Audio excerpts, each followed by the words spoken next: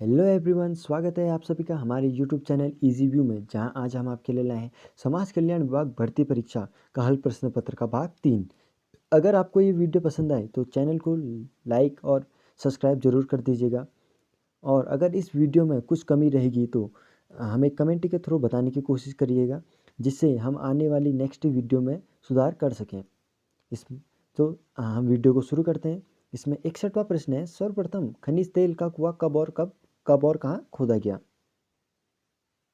सर्वप्रथम खनिज तेल का कुआं 1859 ईस्वी को अमेरिका के पेंसिल्वेनिया नामक स्थान पर खोदा गया। इसका आविष्कार करता थे खोज करता थे एडविन। शुरू में इनके प्रयासों का उपहास किया गया। लोगों का यह कहना था कि जिस जमीन को खोदकर पानी निकलता है वहाँ से तेल नहीं निकलने वाला। लेकिन उनके लोगों की बात का अनसुना करके इन्होंने अपने प्रयास पर सतत बने रहे और इन्हें अपनी मेहनत का फल मिला। तथा इन्होंने 69 मीटर गहरा कुआं खोदा, जहाँ से तेल निकलना प्रारंभ हो गया। और इन्हीं के एडविन के इसी खोज के कारण औद्योगिक जगत में एक नई क्रांति आई, जिससे नए नए उद्योग धंधों की शुरुआत हुई। और औद्योगिक क्रांति को शुरू करने का एक श्रेय एडविन को भी जाता है। अगला प्रश्न है, गंगा की निम्न सहायक नदियों में से कौन सी उत्तरमुखी है। गंगा की ये हमें हमें यहाँ पर 4 विकल्प दिए गए हैं। चारों विकल्प में से जो ये सभी गंगा की सहायक नदी हैं, इन चारों विकल्पों में से सोन नदी गंगा की उत्तरमुखी, जिसे हम दक्षिण तट दक्षिण तट की सहायक नदी है। इस नदी का उद्गम स्थान अमरकंटक पहाड़ से होता है और तथा यह पटना के समीप आरा के पास गंगा नदी पर मिल जाती है। इसका विकल्प सोन नदी सही है। अगला प्रश्न है, भारत में मूल्य संवर्धित कर वैट कब से लागू हुआ। भारत में संवर्धित कर वैट, जिसे हम वैट के नाम से भी जानते हैं, वह 1 अप्रैल 2005 से लागू हुआ। और वैट को लागू करने वाला सर्वप्रथम भारतीय राज्य था हरियाणा। हरियाणा ने सर्वप्रथम वैट कर को लागू किया था। अगला प्रश्न है, चार मीनार का निर्माण किसने करवाया। जैसा कि आप सभी लोग जानते हैं कि चार मीनार जो हैदराबाद में स्थित है, इसका निर्माण गोलकुंड के शासक कुली कुतुब शाह ने, जिनका शासनकाल 1580 से 1612 ईस्वी तक का चला, ने हैदराबाद के नगर एवं चार मीनार का निर्माण कराया। जिन्होंने हैदराबाद नगर तथा उसमें जो चार मीनार का निर्माण भी कराया, और इन्होंने हैदराबाद शहर भी बसाया था। अगला प्रश्न है, मृच्छकटिकम के लेखक कौन थे। मृच्छकटिकम के लेखक शूद्रक हैं और उन्होंने इस ग्रंथ के नायक चारुदत्त, नायिका वसंत सेना के अतिरिक्त राजा, ब्राह्मण, जुआरी, व्यापारी, वैश्या, चोर, धूत, दास आदि का भी वर्णन किया है। यह गुप्तकालीन प्रसिद्ध नाटक है। जो मृच्छकटिकम था, यह गुप्तकालीन प्रसिद्ध नाटक है। अगला प्रश्न है, निम्न में से कौन सा विटामिन डी में पाया जाता है। इन चारों विकल्पों में से विटामिन डी में पाया जाता है कैलिसफेरॉल, जो विटामिन डी का रासायनिक नाम है। मछली के यकृत का तेल व सूर्य का प्रकाश इसके मुख्य स्रोत हैं विटामिन डी के। और विटामिन डी की कमी से रिकेट्स नामक रोग होता है। अगला प्रश्न है, बिग बैंग सिद्धांत का संबंध किससे है। बिग बैंग थ्योरी यह विज्ञान जगत की एक प्रसिद्ध सिद्धांत है। बिग बैंग सिद्धांत का संबंध ब्रह्मांड की उत्पत्ति से है। बिग बैंग सिद्धांत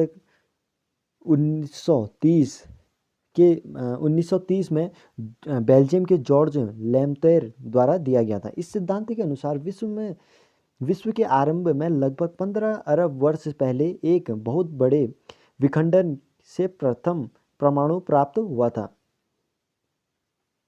और अगला प्रश्न है, भारत में किस राज्य से कर्क रेखा गुजरती नहीं है? जैसा कि हम सभी लोग जानते हैं कि भारत के 8 राज्यों से होकर कर्क रेखा गुजरती है।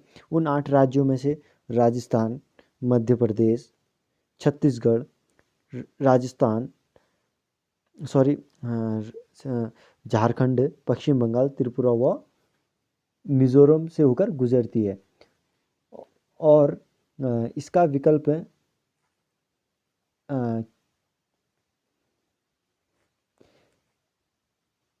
और जो झारखंड का रांची शहर है यह ठीक कर्क रेखा पर स्थित है। तो तीनों राज्यों से होकर कर्क रेखा गुजरती है, तो इसका विकल्प इन सभी में से सही है। बढ़ते हैं अगले प्रश्न की ओर। विश्व व्यापार संगठन निम्नलिखित में से किस संगठन का उत्तराधिकारी है? विश्व व्यापार संगठन, जिसे WTO के नाम से भी जाना जाता है, इसकी स्थापना general agreement on trade and traffic, जिसे GATT के नाम से जाना जाता है, इसकी स्थापना 31 दिसंबर 1994 में अमेरिका में की गई थी। अगला प्रश्न है, विश्व उपभोक्ता दिवस कब मनाया जाता है? जैसा कि आप सभी लोग जानते हैं, विश्व उपभोक्ता दिवस प्रत्येक वर्ष के 15 मार्च को मनाया जाता है, जबकि 21 मार्च को विश्व वणिक दिवस तथा अंतर्राष्ट्रीय रंगभेद उन्मूलन दिवस भी मनाया जाता है। अगला प्रश्न है, नर्मदा नदी का उद्गम कहाँ से होता है? नर्मदा नदी का उद्गम अमरकंटक पर्वत जो मध्य प्रदेश राज्य में स्थित है वहाँ से होता है। इसकी कुल लंबाई, नर्मदा नदी की कुल लंबाई 1312 किलोमीटर है तथा यह भड़ोच के निकट अरब सागर की खंपात की खाड़ी में गिर जाती है। यह नदी जलपुर के निकट धुआंधार प्रताप का निर्माण भी करती है। अगला प्रश्न है, poverty and un British rule in India नामक पुस्तक के लेखक कौन है? Poverty and un British rule in India नामक पुस्तक के लेखक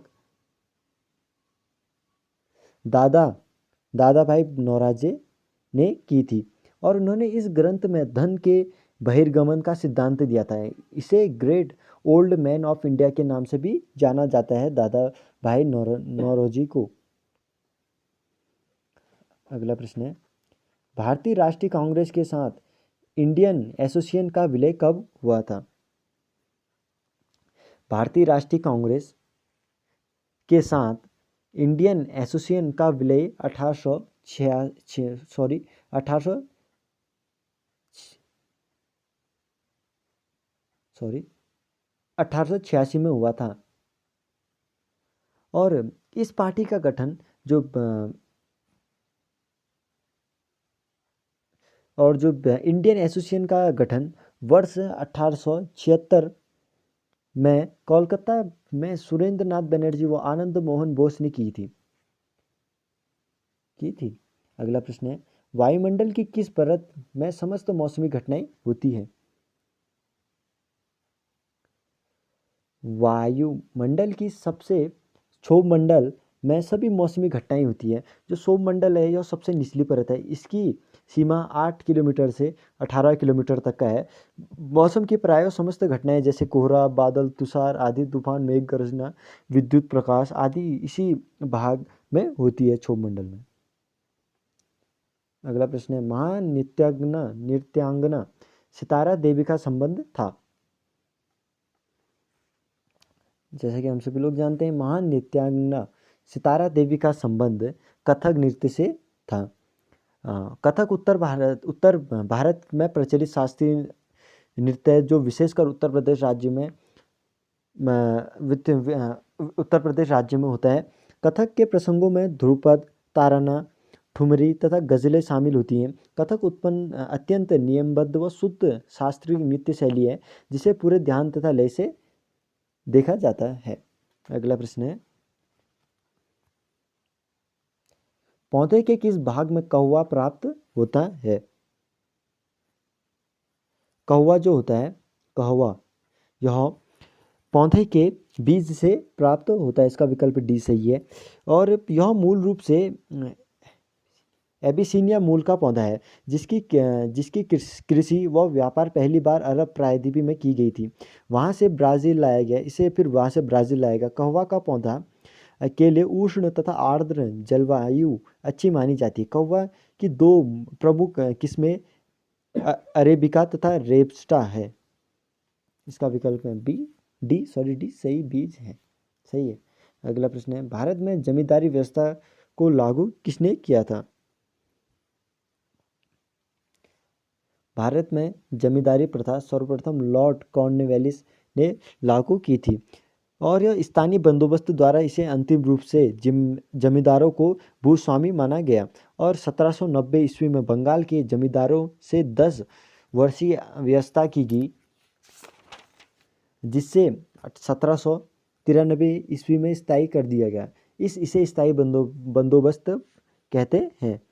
इस व्यवस्था के अंतर्गत भू राजस्व का एक 10/11 भाग कंपनी को तथा 1/11 भाग अपनी सेवाओं के लिए अपने पास रखना था।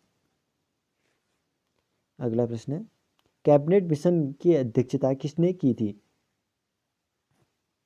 कैबिनेट मिशन की अध्यक्षता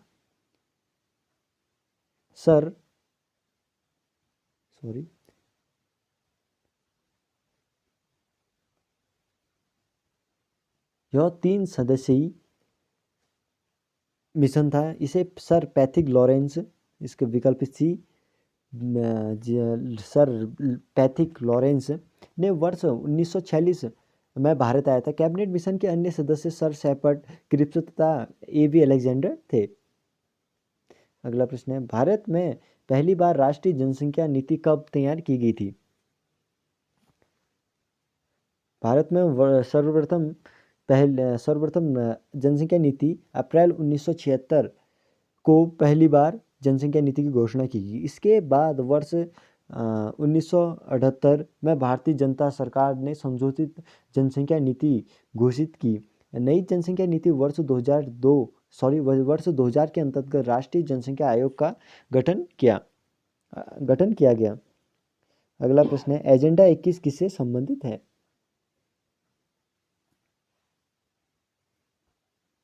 एजेंडा 21 पर्यावरण से संबंधित है।